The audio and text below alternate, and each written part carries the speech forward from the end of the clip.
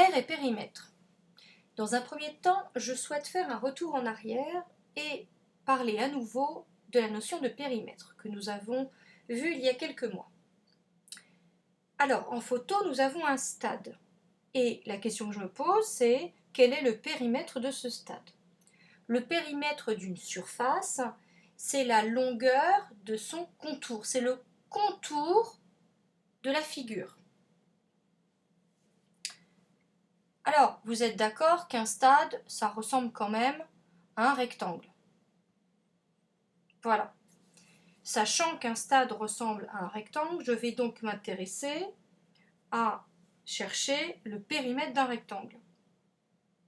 Un rectangle, c'est fait d'une longueur, grand L, et d'une largeur, petit l.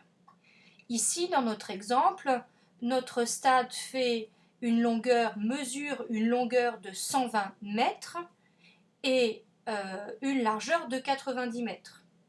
Vous êtes d'accord, selon les propriétés du rectangle, qu'un rectangle a deux côtés de même longueur et deux côtés de même largeur. Donc, je n'ai pas besoin d'indiquer que ce côté est de 90 mètres et que celui-ci est de 120 mètres. Voilà.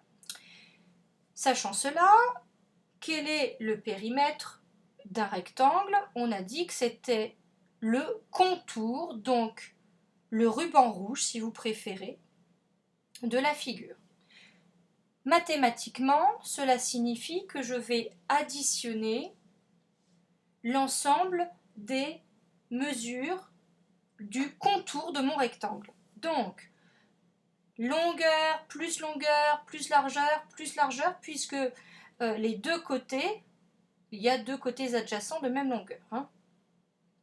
Dans notre exemple, cela donne 120 plus 90 plus 90. Donc le périmètre P est égal à 420 mètres, puisqu'il ne faut pas oublier notre unité.